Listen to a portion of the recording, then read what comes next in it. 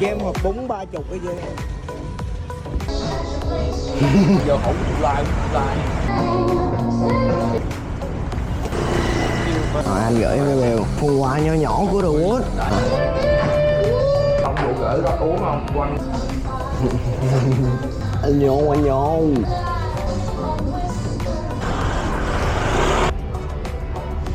Rồi anh gửi em rồi. Ok nha. Anh gửi em cái bèo của em rồi. Rồi lên gửi anh luôn em bữa.